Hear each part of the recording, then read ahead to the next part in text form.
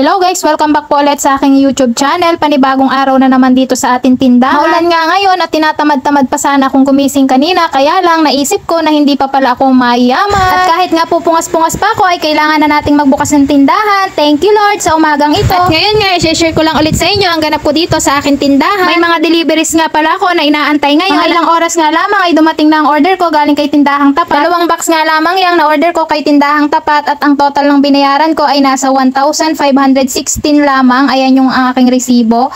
At yan lang yung mga na-order ko, yung mga naubos na ulit dito sa aking tindahan. At ang total nga lahat ng babayaran ko ngayon ay nasa 5,500 pesos at inaantay ko pa yung ibang order ko. So may order din ako dito sa malapit na wholesaler at nag-order din ako ng bigas. Inaantay nga natin yung iba pa nating padating na mga order ay buksan muna natin itong na-order ko kay Tindahang Tapat. So yan yung unang box na aking na-order at yan lang yung laman. Buksan naman natin itong pangalawang box na na-order ko kay Tindahang Tapat para mabilis tayo. So ipapakita ko sa inyo kung ano yung mga laman yung box na yan na na-order natin kay Tindahang Tapat. So ganyan lang ang gawin natin kapag may sari-sari store tayo, kapag may benta tayo ay agad na nating ipamili. Para sa ganon yung mga naubos nating paninda ay agad nating mapalitan at kumita pa tayo. So ito guys yung laman ng pangalawang box na binuksan ko. So yan ay mga downy lamang. So yan downy na single, 7 pesos pa rin yung benta ko dyan.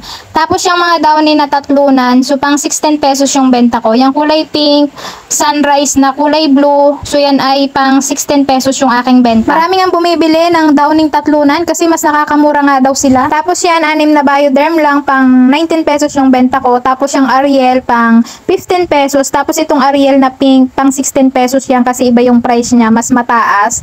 Ayan, ngayon lang ako naka-order niyan, so pang 16. Tapos yung Ariel na kulay green, pang 15 pesos pa rin yung benta ko. Pero bala ko talaga siyang gawing 16 na lahat para pare-parehas na yung presyo. Tapos ito guys, yung nakalagay sa unang box, yan lang Oshi, mabenta sa akin yan at gustong-gusto yan ng mga bata. Pang 9 pesos yan, yan yung kulay orange. So paulit-ulit ko rin yung binibili kasi paulit-ulit din binibili ng mga bata. Tapos umorder nga din pala ako niyang Energen na vanilla, tapos Energen na chocolate, so yan ay pang 10 pesos.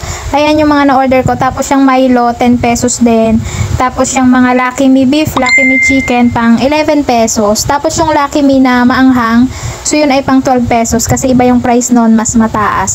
Tapos yung 1.5, so pang 70 ko siya dati, ginawa ko na siyang 72. So yun lang lahat guys yung napamili ko kay Tindahan Tapat at yan yung mga wala na agad sa aking tindahan. So ganun lang yung gawin natin kapag naubos ay umorder agad tayo. At wag nating hayaan na maubusan tayo ng paninda sa ating mga tindahan. Tapos yan, umorder lang ako ng isang luncheon meat para kapag may bumili ay may maibigay ako. So yan ay 95 pesos yung benta ko. Tapos yung ibang mga dilata naman ay na-update ko na rin kayo sa price. So yun lang na Alaska na condensed. So ang benta ko dyan ay 40 pesos. Nasa 35 yung puhunan. So yan yung maliit. 40 pesos yung aking benta dyan. Tapos yung ibang dilata naman ay okay na at na-update ko naman kayo sa price niya. So yan lang lahat guys yung na-order ko kay Tindahang Tapat. 2 box. At yan nga yung halaga na 1,500 pesos. Yan, ganyan na lang siya karami ngayon. At ayos din naman kasi napapaikot natin ng ayos yung ating puhunan. At sa ganun ay kumikita din tayo kahit konti lang. Ang mahalaga, kahit konti ay kumikita tayo. At syempre, ang mahalaga ay mapaikot natin ng ayos ang ating mga puhunan. At yan nga, habang inaayos ko yung order ko galing kay Tindahang Tapat, dumating naman yung order ko na bigas, 25 kilos lang yon, tapos isang taling mantika at asin. Napakamahal talaga ng bigas ngayon at ang kuha ko dyan ay 1,350, kaya ibebenta ko yan ng 60 pesos. Diyan naman sa asin ay 15 pesos ang kilo at sa mantika naman ay 280 ang isang tali. At yan nga, dumating na rin yung order ko dito lang sa malapit na wholesaler at yan ang binayaran ko ay nasa 2,130. Kahit nga malamig ang panahon ay umorder pa rin ako ng mga soft drinks kasi hinahanap pa rin talaga dito sa akin tindahan. At ayan nga, 2 case niyang maliit na soft drinks at isang case niyang tig 30 pesos ang binili ko, tapos isang case na Red Horse at yung pangmalakas ang Jolly natin na laging hinahanap. So ayan yung resibo ko, 2,130. At mayroon pa nga din akong isang dumating na paninda. Ito naman ay galing sa online at in-order ko siya sa TikTok shop ko. So ayan yung binayaran ko, 262 kasi 2 balot yan ng mga candy. At lagi na akong bumibili nito at na-share ko na rin naman ito sa unang vlog ko. So yan yung mga candy na mabili dito sa akin. So ayan, may bagong flavor sila at tinikman ko na yan at napakasarap niyang kulay ubi na yan.